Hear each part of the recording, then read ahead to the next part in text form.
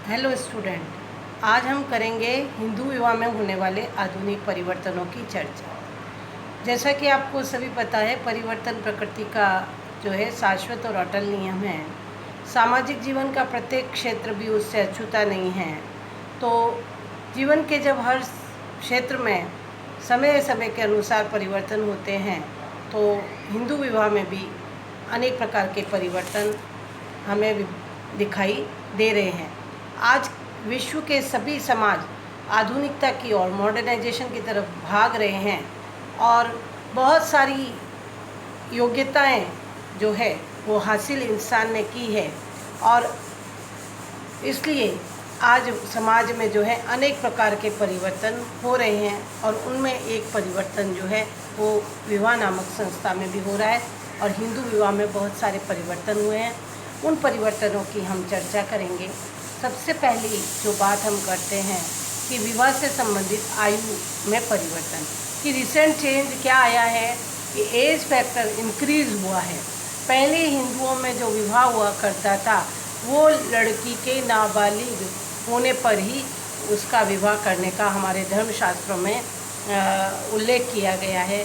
9 वर्षा भवेद गौरी 10 वर्षा तो रोहिणी, यानी छोटी उम्र में ही लड़की का विवाह करने की हमारे यहाँ बात कही गई। उसके बाद समाज सुधारकों के प्रयास से जो विवाह की अधिनियम बना, उसमें आयु जो है विवाह की लड़कियों की 15 वर्ष की गई, जो कि बहुत ही अल्प आयु थी। आज जो है उस हिंदू विवाह अधिनियम में बाल विवाह निरोधक अधिनियम जो बना है उसमें संशोधन हुआ, और उस संशोधन के परिणाम स्वरूप लड़की की विवाह की आयु 18 वर्ष और लड़के की विवाह की आयु 21 वर्ष की गई है। तो इस तरीके से वर्तमान में विवाह की आयु में परिवर्तन आया है।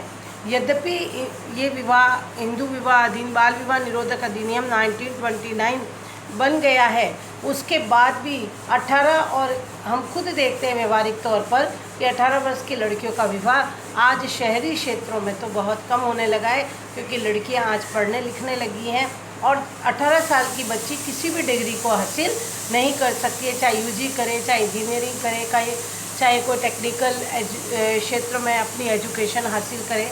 तो इसलिए आज ये चेंजेज हमें देखने को मिलते हैं एज फैक्टर में। दूसरा आता है एसेंशियलिटी नहीं है अब मैरिज की, विवाह की अनिवार्यता नहीं है। पहले जो है हमारे भारतीय समाज में और हिंदू समाज में अविवाहित स्त्री हो चाहे पुरुष हो, उसको बहुत बुरी नज़र से देखा जाता था, जैसे उसने कोई बहुत बड़ा अपराध कर दिया है। अविवाहित होना एक अपने आप में बहुत बड़ा कलंक माना जाता था और विवाह अनिवार्य था।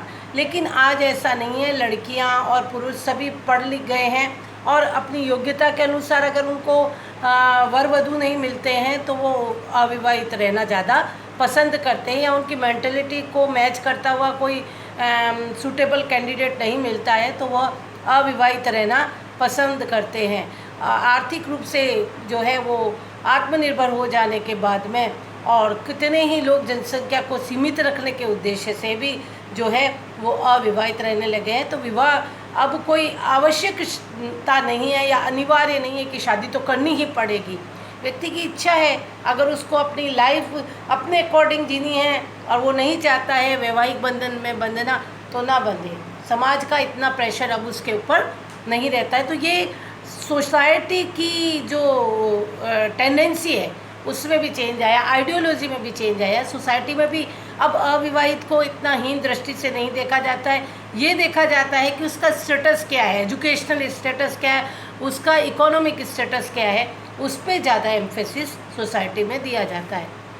नेक्स्ट आता है कि ऑब्जेक्टिव जो हैं मैरिज के वो चेंज हो गए, विवाह के उद्देश्य हैं जो चेंज हो गए हैं। आधुनिक समय में हिंदू विवाह के उद्देश्यों में परिवर्तन आया है। जैसा मैंने आपको मेरे प्रीवियस लेक्चर में बताया कि धर्म, प्रजा और रति ये हिंदू विवाह के प्राथमिक उद्देश्य हैं। लेकिन आज जो है पहले हमारे यहाँ पर रति को निम्न कोटि और सबसे निम्न दर्जा दिया गया, तीसरे प्रकार का उद्देश्य माना गया। लेकिन आज जो है रति को जो है वो ज़्यादा इम्पोर्टेंस दी जाती है। धर्म का स्थान गौण हो गया है, संतानोत्पत्ति की जाती है, आनंद के लिए विवाह किया जाता है, जीवन में अपने उद्देश्य काम वासनाओं की पूर्ति के लिए विवाह किया जाता है। अब विवाह का उद्देश्य धार्मिक कार्यों का निष्पादन करना या धार्मिक कार्यों को संपादित करना नहीं रहा है।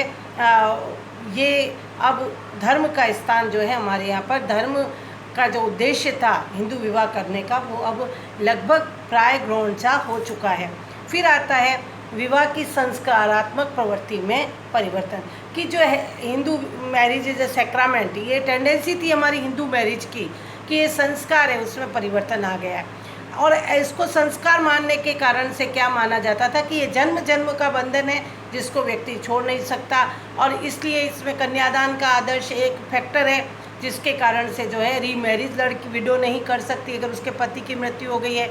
अमानवीय व्यवहार होने पर भी वो अपने पति को छोड़ नहीं सकती है, डाइवोर्स नहीं दे सकती है।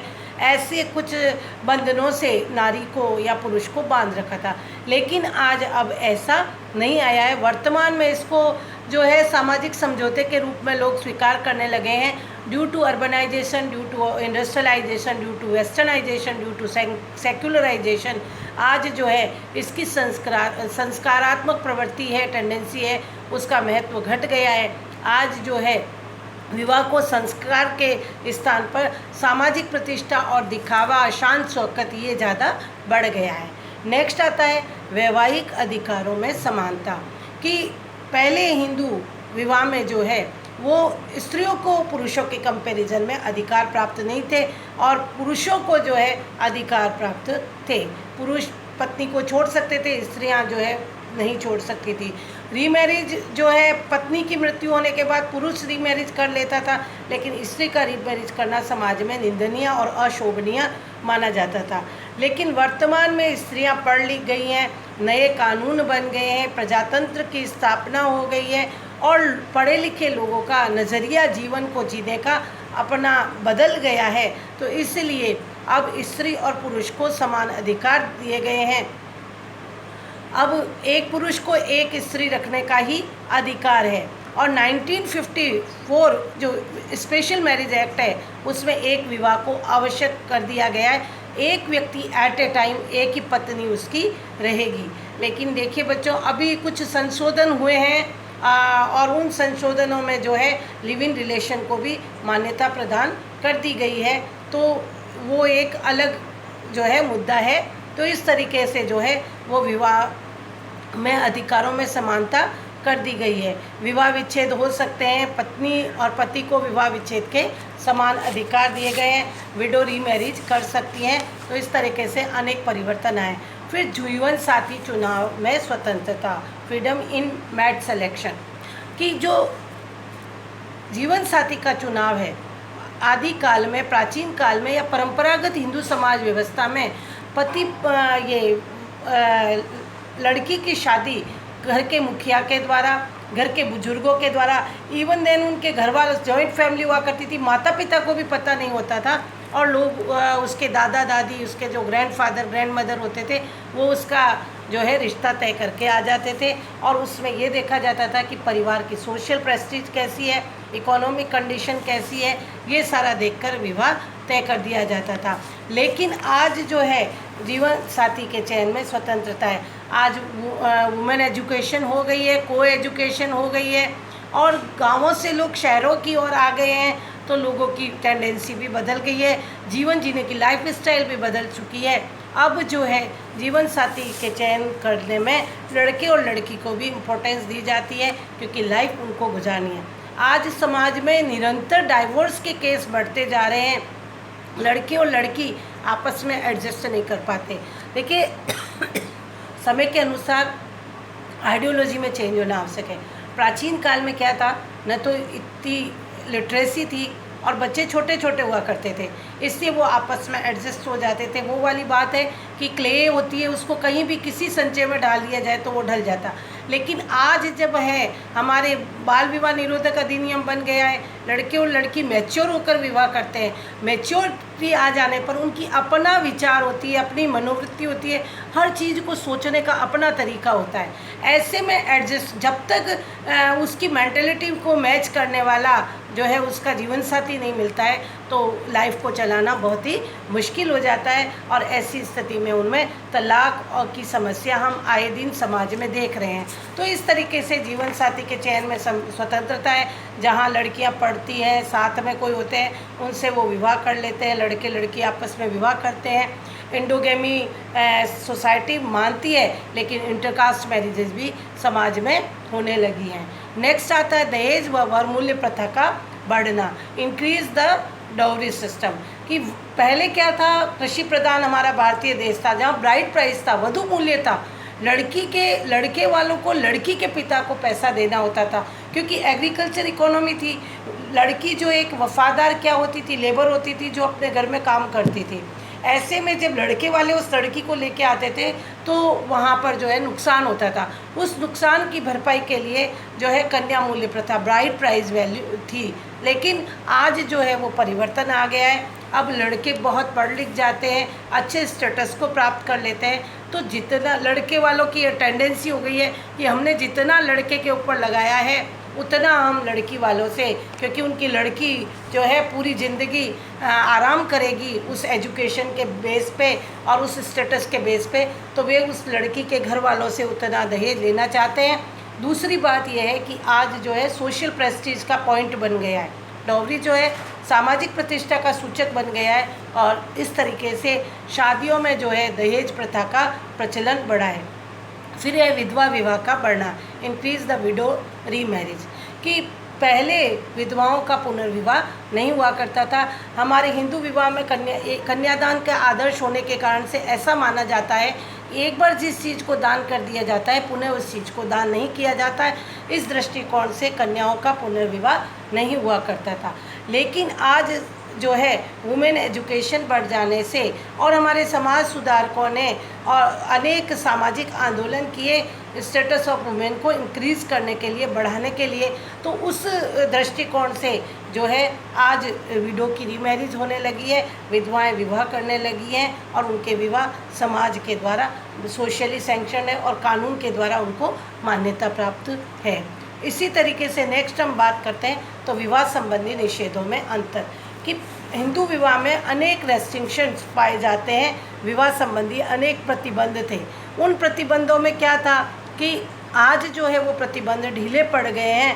हिंदुओं में सगोत्र, सप्रवर, सपिंड विवाह नहीं हुआ करते थे, लेकिन हिंदू विवाह अधिनियम 1955 बच जाने के बाद और उसके अमेंडमेंट के अनुसार आज सगोत्र, सप्रवर और सपिंड विवाह हो सकते हैं। एक व्यक्ति अपने गोत्र में विवाह कर सकता है, अपने सपिंड विवाह हो सकता है, और सप्रवर विवाह भी हो सकते हैं। तो ये निषेधों में परिवर्तन आया है, और इंटरकास्ट मैरिज कर सकता है व्यक्ति। नेक्स्ट आता जो इसी से रिलेटेड है कि लव मैरिजेज इंक्रीज़ हुई है और इंटरकास्ट मैरिज इंक्रीज़ हुई है। हमारा जो हिंदू समाज है वो कास्ट सिस्टम पे बेस्ड है, कि हमारे यहाँ जाति की जड़ें बहुत गहरी हैं, और जाति व्यवस्था जो है इंडोगेमी है। जाति सदस्य पर ये फोर्स डालती है कि अपनी ही जाति में विवाह करना। लेकिन वर्तमान में जो है को एजुकेशन हो जाने के कारण से और लड़कियों के पढ़े लिखे हो जाने के कारण से जब वो एक साथ रहते हैं और उनकी विचारधारा मेल करने लगती है तो वो अपना मैट सिलेक्शन खुद कर लेते हैं। ऐसे में इंटर कास्ट मैरिजेज भी सोसाइटी में इंक्रीज़ होने लगी हैं और प्रेम विवाह भी होने लगे हैं। फिर आता है कि change in the status of wife, पत्नी की परिस्थिति में परिवर्तन आया है। पहले जो है पत्नी को क्या समझा जाता था कि वो घर का काम करेगी, घर की चार दीवारी में रहेगी, और उसको दासी के रूप में स्वीकार किया जाता था। स्त्री को बोलने का कोई अधिकार नहीं था, किसी तरीके के डिसीजन में स्त्रियां नहीं हुआ करती थी। पुरुष प्रधान समाज था, डोमिनेंसी जो है वो घर के मुखियाओं की हुआ करती थी, और ज़्यादा से ज़्यादा घर की जो वयोवृद्ध महिला होती थी उसकी सलाह ले ली जाती थी। लेकिन आज ऐसा नहीं है, आज पत्नी को वो सारे अधिकार प्राप्त हैं जो पति को भी प्राप्त हैं। तो इस तरीके से ये चेंजेस जॉइंट फैमिली में आए हैं। नेक्स्ट आया है विवाह के रीति रिवाजों और प्रविधियों में अंतर, कि आज विवाह के रीति रिवाज बहुत सारे बदल गए हैं।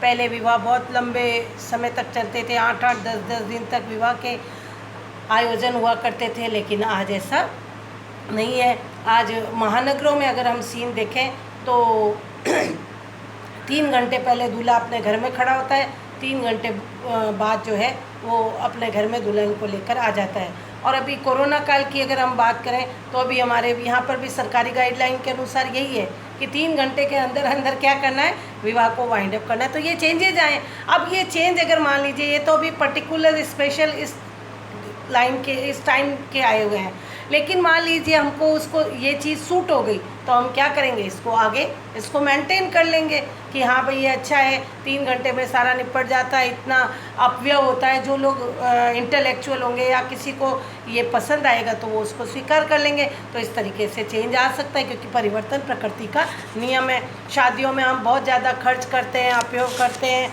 और बहुत दिखावे के कारण से हम ज़्यादा करते हैं, चाहे हमारे पास पैसा है चाहे नहीं है, लेकिन हम फिर भी जो है बहुत सारा खर्च करते हैं। तो ये सारा चेंज आ जाएगा। उसके साथ ही पहले जो है ज़रूरी था कि अग्नि के समक्ष फेरे लेना, आज ऐसा नहीं है। कितने ही लोग कोर्ट मैरिज करके आ जाते हैं, तो वो भी समाज में मान्यता प्राप्त होती है। तो इस तरीके से बहुत सारे जो है सप्तपदी है, हिंदू विवाह के जो संस्कार हैं उनमें जितने संस्कार हैं उनमें से अब कितने ही संस्कार ऐसे हैं जो नहीं करवाए जाते हैं विवाह में, लेकिन आज विवाह होते हैं। तो इस तरीके से उनकी टेक्निक्स में भी चेंजेज आए हैं। फिर आया है इंक्रीज इन डाइवोर्स, कि तलाक़ों में वृद्धि हुई है। ये एक सोचने का और चिंतनीय मुद्दा भी है कि आज जो है वो जैसे जैसे शादी लड़के लड़की अपनी इच्छा से करते हैं या हायर स्टेटस को देखकर करते हैं, तो वहाँ एक प्रश्न ये भी समाज में एक मुद्दा ये भी है कि तलाक़ों की संख्या में पहले के कंपैरिजन में ज़्यादा वृद्धि हो रही है। इसका कारण पर अगर हम जाएं तो इसका मुख्य कारण ये है कि पहला तो स्वतंत्रता, लड़के लड़की फ्री हैं। अब जहाँ उनका मेल नहीं खाया, इतना मैच्योर भी नहीं है। मैं तो ये मानती हूँ कि जो घर के बुज़ुर्ग लोग विवाह शादी तय करते हैं, उनका अपना एक जीवन का अनुभव होता है, और उस अनुभव के आधार पर वे लड़के और लड़की को अपनी अनुभवी आँखों के द्वारा, अनुभवी मस्तिष्क के द्वारा कसौटी पर जब परिवार को, लड़के को, लड़की को कसौटी पर जब वो खरा उतरता है, तभी वो उसको ओके करते हैं।